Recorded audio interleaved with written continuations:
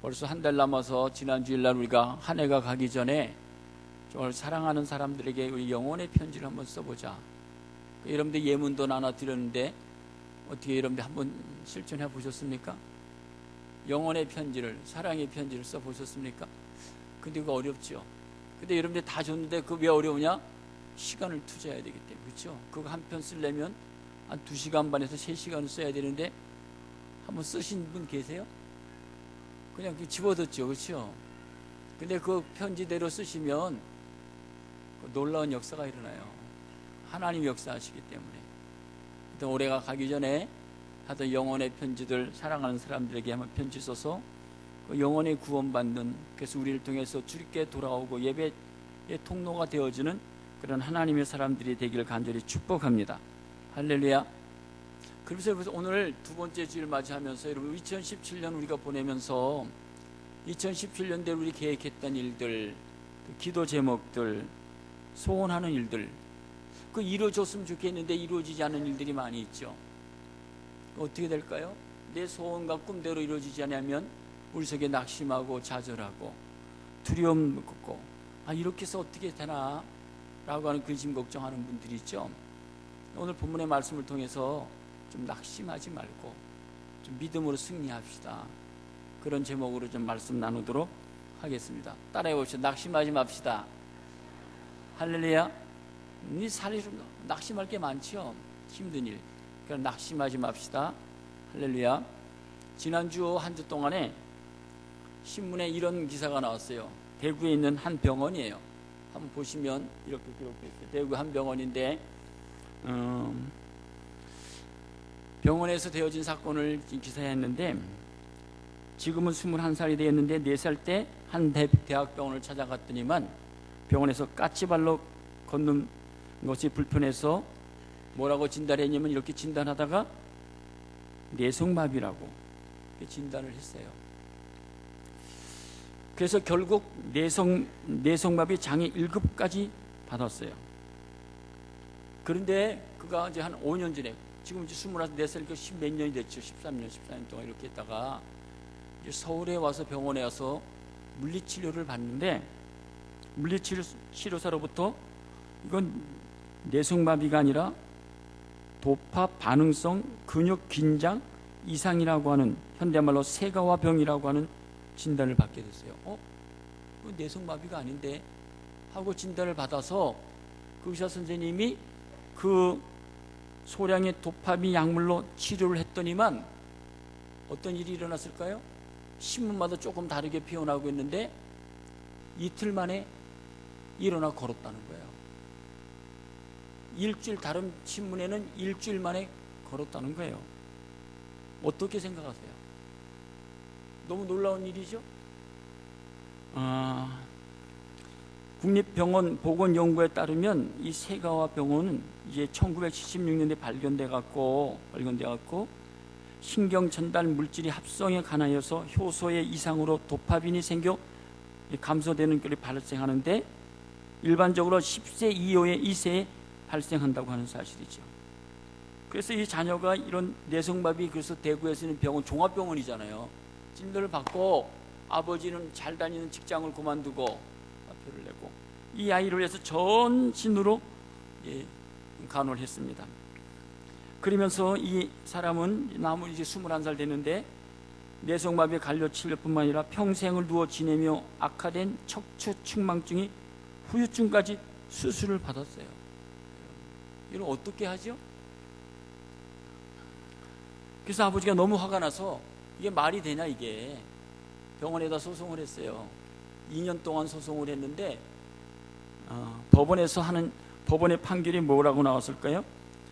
신한주 이제 부장판사께서 그 당시 의술로는 그 세가와 병을 발견하기가 어렵다. 그러니까 아무리 이 법원에 재판하도 손해니까 합의해라. 그래서 합의를 했는데 얼마 주고 합의를 했냐면 1억 원 가지고 합의를 했다는 거예요. 어떻게 1억 원 갖고 10몇 년 동안 섭의하고 도령을 어떻게 해요? 그래서 합의했어요.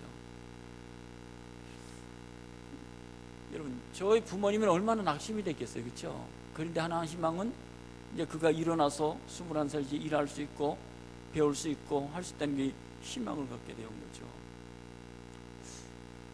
여러분들, 우리 속에 이런 절망적인 낙심하는 일들이 예상 밖에 일어나고 있죠. 또 지난주 한 주를 보니까 내년에 우리나라에 그 평창 올림픽이 열리죠. 얼마나 기대가 되는지 모르는데 요새 뉴스를 보니까 이렇게 기사가 나오더라고요. 미국에서는 아직까지 참여하겠다고 확답을 안 준다는 거예요. 지금 빨리 확답해달라고. 그게 정해야 되잖아요. 또 일본에서는 뭐라 그러죠? 일본에서는 너희들 위안부 그렇게 나가면 우리는 참여하지 않겠다고. 그러니까 우리나라가 지금 애가 탄장이 났어요. 지금 어떻게 될지 지금 고민에 빠져 있죠. 그것보다도 뭐 하여튼 지금 그렇고요. 지난주 보니까는 이제 월드컵 내년에 6월 달에 열리는데 우리나라가 어떻게 되냐? 우리나라가 조편성을 했는데 세계 강호. 우리나라가 뭐 몇 조 F조에 편성이 됐는데 F조에 편성된 팀이 세계 최고의 독일이 1위. 그렇잖아요, 청년분. 1위. 16위 멕시코, 18위 스웨덴하고 우리가 들어갔어요.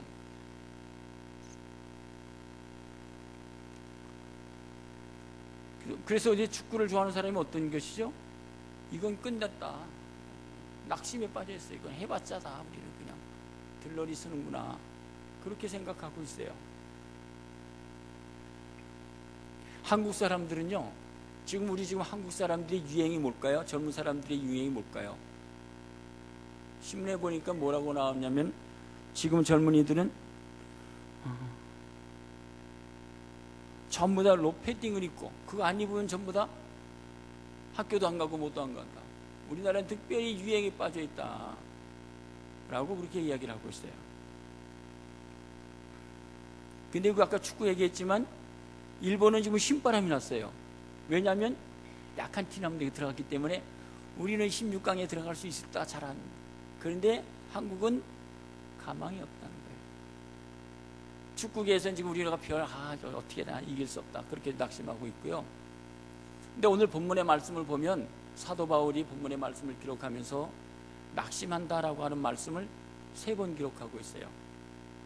1절에 보시는 말씀 보면 뭐라고 말하면 이렇게 말합니다.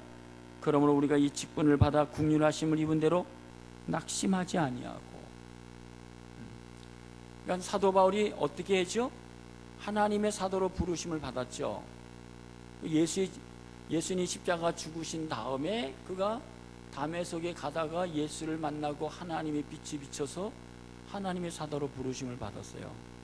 근데 사도로 부르심을 받은 다음에 많은 사람들이 사도를 통해서 예수를 영접하고 예수의 사람이 되었는데 많은 사람, 그 당시에 기득권을 가지고 있던 사두개인, 바리새인, 서기관들이, 모든 사람들이 네가 무슨 사도냐?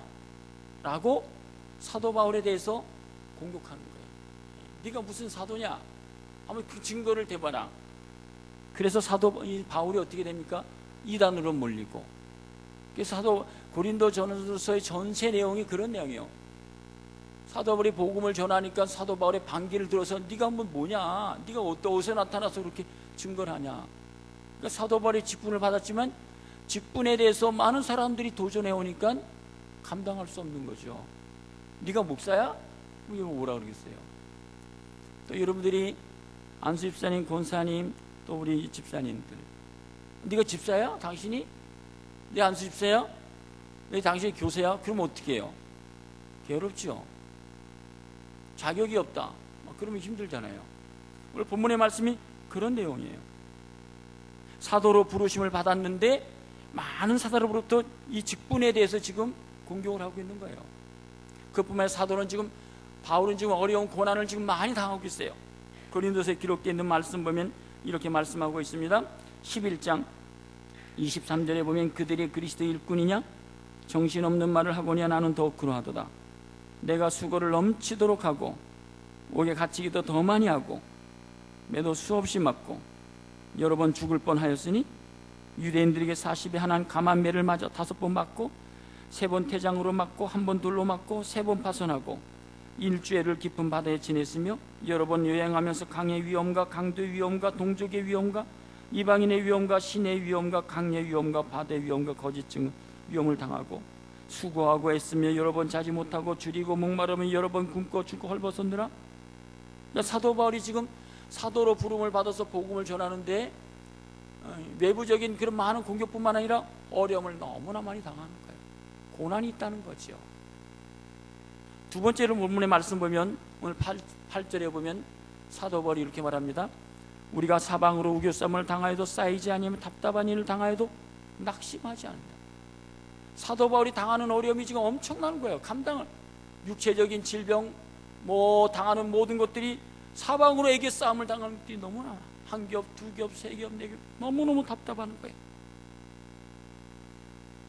사도로부터 도전해오고 그리고 고난도 있고 수고도 있고 땀도 있고 핍박도 있고 그런 사방으로 애교를 에워싸갖고서는 감당할 수 없는 거예요.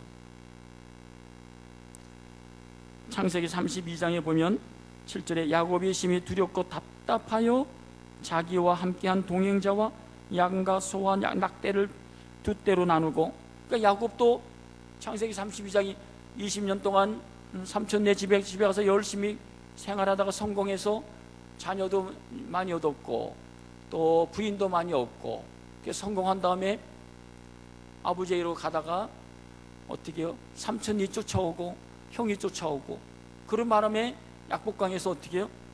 야곱이 심히 두렵고 답답했다고 해요.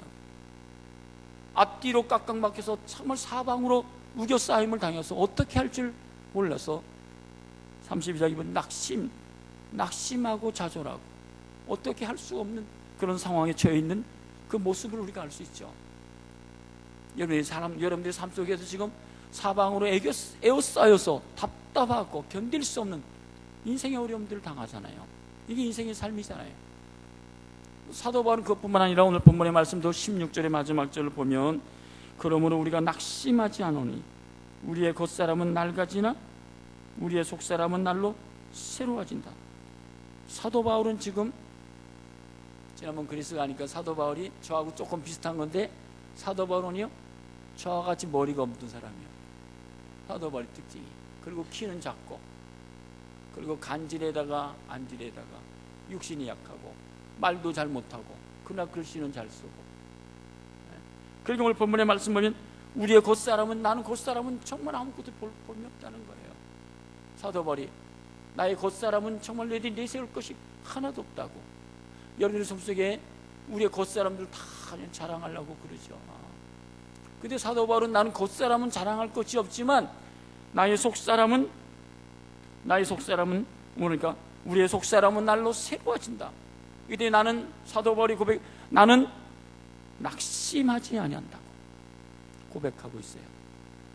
여러분 오늘까지 살아오면서 올해뿐만 아니라 여러분의 인생에 낙심하는 일들이 다 그런 거잖아요. 그렇잖아요. 우리의 삶의 직분, 환경, 일터 속에서 다가오는 것들 때문에 낙심하고 좌절하고 두려워하고 답답하고 이걸 어떻게 풀어야지 해결할 수 없다고 하는 그런 말씀이죠. 또 우리 이제 학생들이 수능을 봤죠. 수능 이제 좋은 소식을 못 들으면 낙심하잖아요. 또 대학을 졸업해서 직장을 가야 되는데 좋은 소식이 못 들으면 낙심하게 되는 한두 가지가 아니죠. 사도 바울은 자기의 신앙의 삶을 보면서 이렇게 결론 짓고 있어요. 4절에 보면 이렇게 말합니다.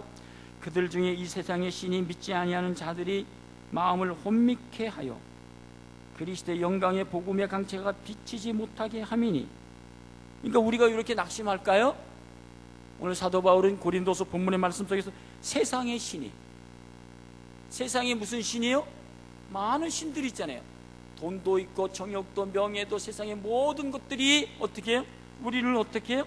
마음을 혼미케 해서 우리가 하나님의 사람들의 정신과 마음들을 혼미케 어지럽게 해서 하나님을 신뢰하지 않고 두려워하고 낙심하고 좌절 속에 빠지게 만든다. 그래서 그리스도의 영광의 복음의 강체가 비치지 못한, 하나님 말씀이 비치지 못하면 우리 다 낙심하고 좌절하게 되는 거죠. 우리가 신앙생활하면서 우리 속에 그런 좌절을 만난 환경이 얼마나 많이 있습니까? 요셉도 그랬고 다니엘도 그렇고 많은 사람들이 다 환경을 그렇게 어려움을 다 당하는 거예요. 특별히 우리들이 또 낙심하게 되는, 우리가 주의 일을 열심히 하잖아요. 믿음으로 열심히 살아가잖아요. 신앙생활을 열심히 하잖아요.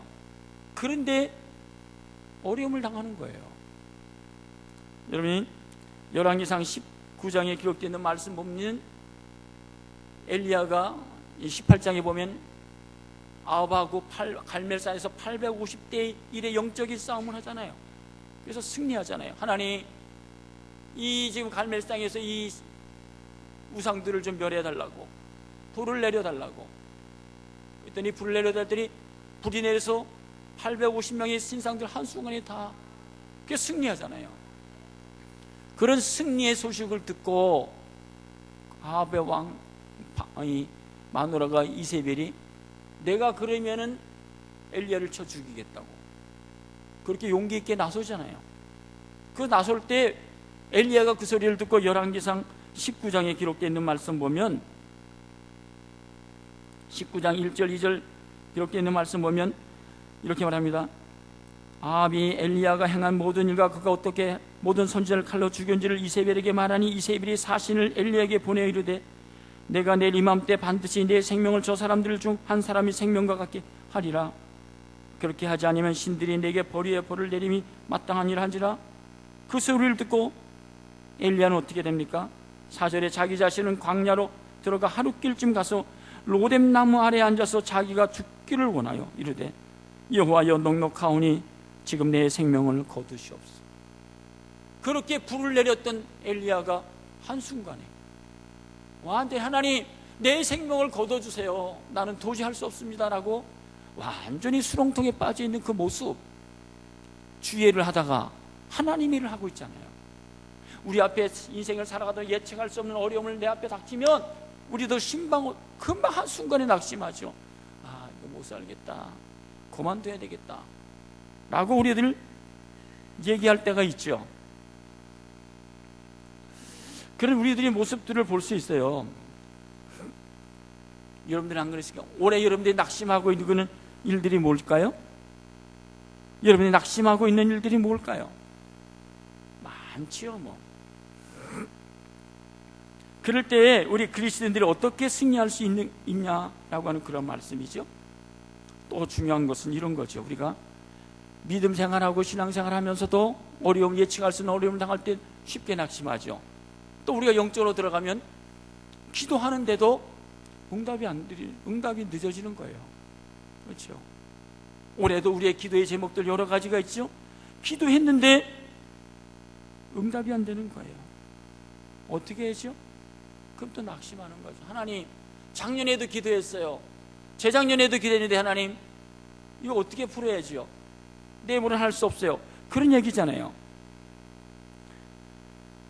누가복음 18장 1절에 보면 예수께서 그들에게 항상 기도하여 낙심하지 말아야 할 것을 비유로 말씀하여 이르시되 어떤 도시에 하나님을 두려워하지 않은 이 무시하는, 하나님을 무시하는 재판장이 있지만 이 가부가 가서 이 재판장에게 문을 들여 내 원한이 있습니다, 내 이 억울한 사정을 좀 들어달라고 라고 하니까 이 재판장이 그 원한을 들어주신다 라고 말하면서 7절 8절에 보면 하물며 하나님께서 그 밤낮 부르짖는 택하신 자들의 원한을 풀어주시지 아니하겠느냐? 그들에게 오래 참으시겠느냐? 내가 너에게 이르노니 속히 그 원한을 풀어주지라. 그러나 인자가 올 때 세상에서 믿음을 보겠느냐?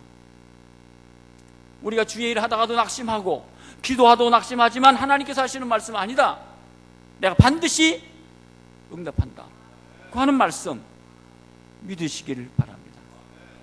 하나님은 살아있기 때문이에요.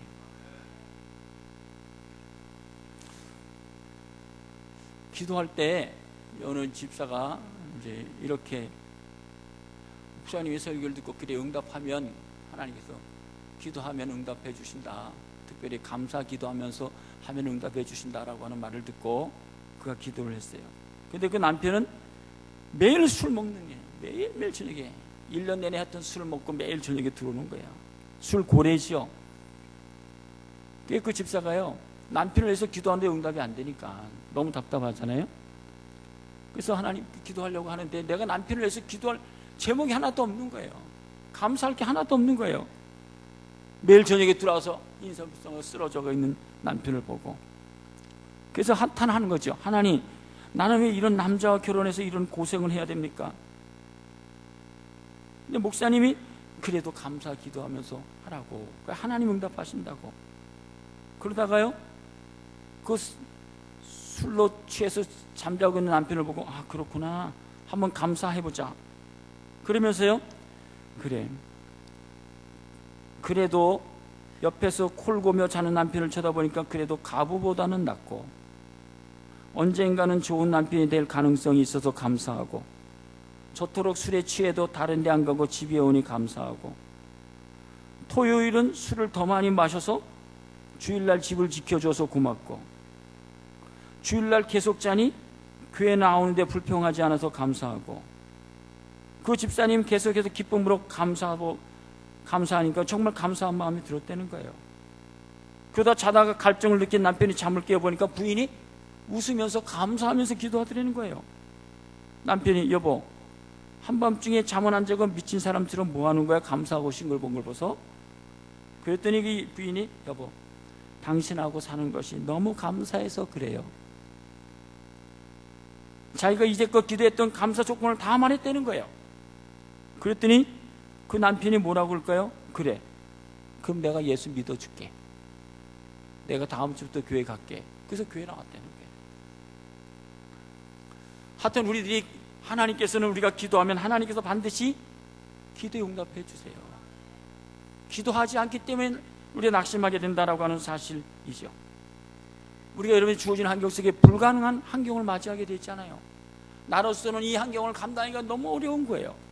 우리 앞에 홍해가 있고 여리고성이 있고 광야를 통과하는 그런 인생의 삶 속에서 민수기 32장 7절에 보면, 너희가 어찌하여 이스라엘 자손에게 낙심하게 하여서 여호와께서 그들에게 주신 땅으로 건너갈 수 없게 하려느냐?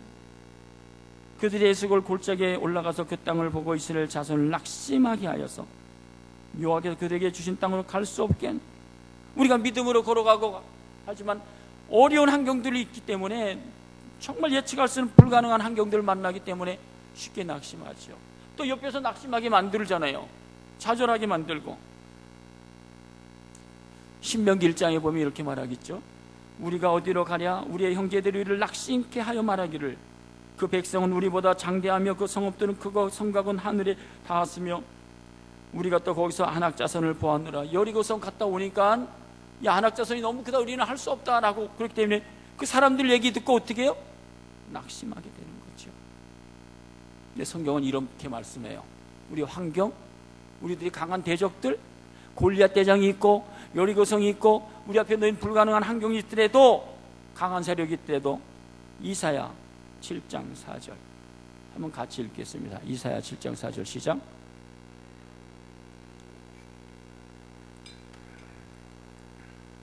뭐라고 말하죠? 골리앗 대장이 있고 여리고성에 놓여 있고 홍해가 있고 우리 앞에 어떤 장벽이 있더라도 뭐라니까? 연기나는 두 부지깽이 그루터기에 불과하다. 아무것도 아니다. 부지깽이 같은 거야. 두려워하지 말고 낙심하지 말라고 성경 우리들에게 말씀해 주고 있어요. 나는 요렇한데, 나는 환경에, 또 나는 힘도 없고 나는 뭣도 없고 그렇습니까? 다윗은 나는 만군의 여호와 하나님을 산다 라고 확실히 이렇게 걸어가죠. 또 우리에게, 여러분, 우리에게 어려운 것들, 우리가 닥칠 때가 있잖아요. 질병이라는 것, 예측할 수 없는 질병들이 우리 앞에 놓이게 되잖아요. 그럴 때 어떻게 될까요? 쉽게 낙심하게 되죠. 대표적인 사람이 히스기야 왕이잖아요. 왕으로서 통치를 잘하고 승리했는데 열왕기하 20장 1절에 보면 하루아침에 병들어 죽게 되잖아요. 우리 앞에 당하는 이런 질병들이 놓이게 되면 얼마나 어려운지 몰라요. 그런데 하나님 왜 나에게 이런 질병이, 낙심하게 되죠. 히스기야가 2절에 히스기야가 낯을 벽으로 향하여 여호와께 기도하여 이르되 여호와여 하나님께 부르짖었더니, 5절에 보면 너는 가서 돌아가서 내 백성이 주권자 히스기야에게 이르기를, 왕의 조상 다윗의 하나님 여호와의 말씀에 내가 내 기도를 들었고 내 눈물을 보았노라. 내가 너를 낫게 하리니 내가 3일 만에 여호와의 성전에 올라가겠고. 할렐루야. 인생의 질병이 많은 것들이 있잖아요. 그러니까 여러분, 아까도 서론에 얘기했지만 병원 의사 선생님을 잘 만나야 되죠. 그렇죠? 오진이라는 것들이 너무나 많잖아요. 오진으로 죽어간 사람도 많을걸요. 저도 오진을 당했잖아요. 뭐 그게 옆에 있는 그 병원에 가봤더니 머리가 아파서 가보니까 빨리 뇌 수술해야 된다고. 한번 생각해 보세요. 저에게도 빨리 뇌 수술해야 된다고. 그래서 제가 금요일날 입원을 봤더니 진료를 봤더니만 이게 뇌 이상이 있으니까 빨리 진료받아야 된다고. 그래서 찍고서는 토요일날 아침에 그 결과가 나와서 당장 입원하라고, 월요일 수술하자고. 제가 뭐라고 그랬죠? 네, 근데 제가 월요일날 와서 다시 입원하겠다고. 제가 기도하고 월요일날 제가 그 병원에 안 가고, 안 돼, 이 사람은 조금 의심된다, 나 오진이 있을까봐 안 된다. 그래서 내가 그 병원 그 필름을 다 가지고 서울에 있는 병원에 갔어요. 가서 딱 보더니 의사 선생님이 뭐라고 얘기할까요? 어떤 놈이 그렇게 했냐고, 어떤 놈이 이렇게 판결했냐고. 아니라고, 걱정하지 말라고. 그래서 수술을 안 했어요. 그럴 때 보세요. 그 순간에는 제가 내 인생이 확 다운되는 거죠. 야, 내가 뇌 거기 지금 이상이 있구나. 절망하게 되는 거죠. 그렇죠? 다 마찬가지예요. 보세요.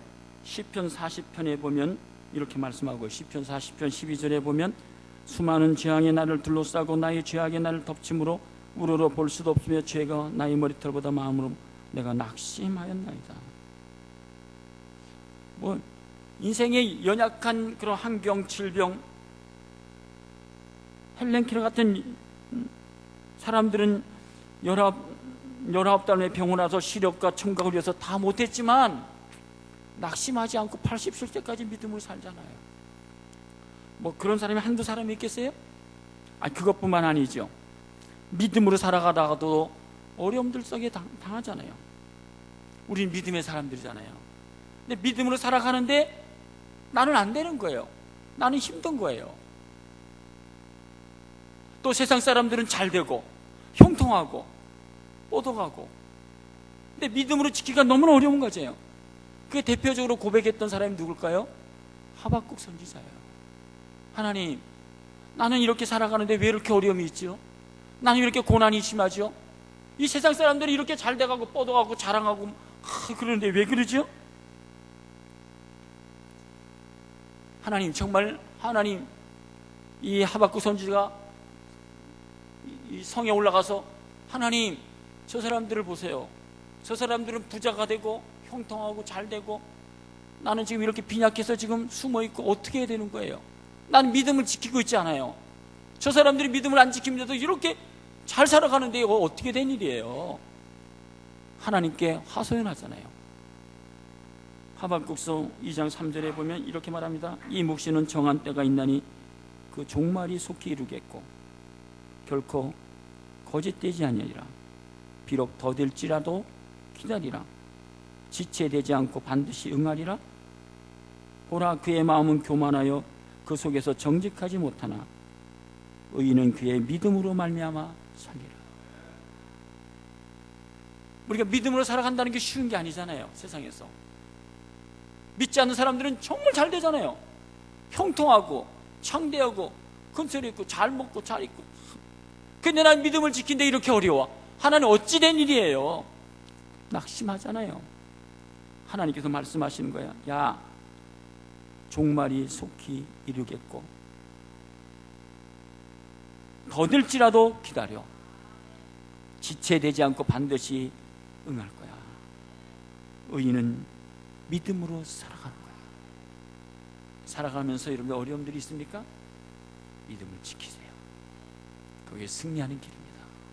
의인은 믿음으로 살아가는 거예요. 그래서 에베소서 3장 13절에 보면 그러므로 내가 너희에게 구하노니 너희를 위한 나의 여러 환난에 대하여 낙심하지 말라고. 사실 참 어렵잖아요. 여러 환난들이 우리 앞에 닥치는데 욥기 같은 불같은 시험들이 닥하고 예측할 수 있는 어려운 일들이 이렇게 많이 있는데 얼마나 힘들어요. 근데 성경은 분명히 낙심하지 마. 이것이 너의 영광이다 라고 말씀하고 있어요. 그뿐만 아니라 자녀들의 문제도 그렇잖아요. 자녀들이 다 내 뜻대로 안 되잖아요. 내 생각대로 공부도 잘하고 좀 모범생으로 잘 자라고 했으면 좋겠는데 안 되는 거잖아요. 초등학교와 중학교만 되면, 중학생만 되면 엄마 내가 알아서 하겠다고 대화도 안 하고. 성경에 보세요. 골로새서 3장 21절에 보면 이렇게 말하죠. 아비들아 너희 자녀를 노엽게 할지니 낙심할까 하며. 낙심하지 마. 자녀들 하나님 책임져 주실 거야. 믿음으로 살아가는 거죠. 하나님께 맡기고. 경제자가 어려움이 있죠. 우리 사람이 지금 우리 지금 살고 있는 시대 지금부터 앞으로 점점 어려워진다고. 경제가 말할 수 없는 어려움이 있겠다고 이야기하고 있잖아요. 엘리야 시대에도 흉년이 들어서 다 어려움이 있었잖아요. 8절 9절에 보면 너는 시돈에 가서 사르밧 가부에 가서 머물라. 내가 내 가부에게 명령하여 내게 음식을 주게 하리라. 어려운 흉년이 있을 때 엘리야 시대에 하나님께서 엘리야에게 야 어렵지만 거기 가서 그 가부의 도움을 받아라. 그래서 그에 가서 기름 하나 가지고서는 갖다 떡을 조금 더 한 조각을 먹이잖아요. 그런데 하나님께서 그 가부에게 어떻게 말하는 거 있죠? 15절 16절에 보면 그가 가서 엘리야의 말대로 하였더니 그와 엘리야와 그의 식구가 여러 날 먹었으나 여호와께서 엘리야를 통하여 하신 말씀이 통에 가루가 떨어지지 아니하고 병에 기름이 없어지지 아니하리라. 믿습니까? 하나님 말씀이에요. 경제가 어렵습니까? 하나님 말씀을 지키면 하나님이 우리의 경제를 책임져 주십니다. 하나님 말씀이에요. 경제가 없었다고 낙심해갖고서 뭐 하여튼 세상으로 나가게 되면 성공하는 것 같지만 그러지 못한다는 거잖아요. 또 한 가지 볼까요? 우리가 또 쉽게 낙심하는 게 뭐가 있죠? 갈라디아서 6장 9절에 보면 이런 말씀이 있습니다. 우리가 선을 행하되 낙심하지 말지니 포기하지 않으면 때가 이름에 거두리라고. 선한 일 하고 있습니까? 좋은 일 하고 있습니까? 낙심하지 말라고. 한 번 하고 끝내고 두 번 하고 끝내지 말라. 선한 일을 계속해. 내가 너를 책임져 줄 거야. 전도서 11장 1절에 보면 너는 내 떡을 물 위에 던지라. 여러 날 후에 도로 쳐지라. 떡이라는 게 뭡니까? 먹을 거 아니겠어요?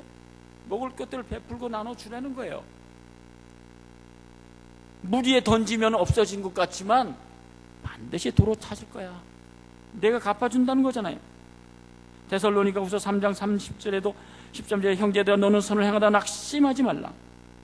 로마서 12장 8절 구제하는 자는 성실함으로. 구제하는 자는 어떻게 해요?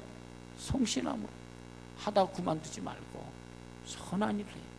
선교헌금, 전도헌금, 구제헌금 다 선한 겁니다. 다 선한 거예요. 다 베푸는 거예요. 다 주는 거예요. 나누는 거예요. 그래서 고린도전서 15장에 보면 뭐라고 말했죠? 그러므로 내 사랑하는 형제들아 견실하며 흔들리지 말고 항상 주의 일에 더욱 힘쓰는 자들이 되라. 인 너희 수고가 주 안에서 헛되지 않다고. 믿습니까? 주님을 위해서 씨를 뿌린 씨앗이 절대로 헛되지 않을 거야. 내가 갚아줄 거야. 믿음이 있으십니까? 우리 하나님을 바라보고 씨를 뿌리는 거예요. 또 오늘에 보면 대한민국의 안보가 지금 낙심 보면 불안하고 낙심이 돼요. 하여튼 기도해야 됩니다. 그리고 지금 에이즈, 동성애 합법화 이런 것들을 보면 이 미래가 어떻게 될까 낙심이 돼요. 그런데 오늘 본문의 말씀은 낙심하지 말라고. 그렇죠. 우리나라는 기도하는 하나님의 사람들이 있기 때문에 잠언서 24장 10절에 보면 내가 만일 환난 날에 낙담하면 내 힘의 미약함을 보임이니라. 이런 어려운 환경들이 많이 있어요. 주예를 하다가도 또 우리의 질병으로 환경으로 뭐 자녀들로 문제, 경제적인 문제들 선을 행하다가도 낙심해갖고 포기 낙심하게 되죠. 하지 말라고. 낙심하지 말라고. 내 힘의 미약함을 보이는 거라고. 마지막 우리 사무엘상 30장 6절 한번 읽어보겠습니다. 같이 한번 읽겠습니다. 앞에 보시기 바랍니다. 시작.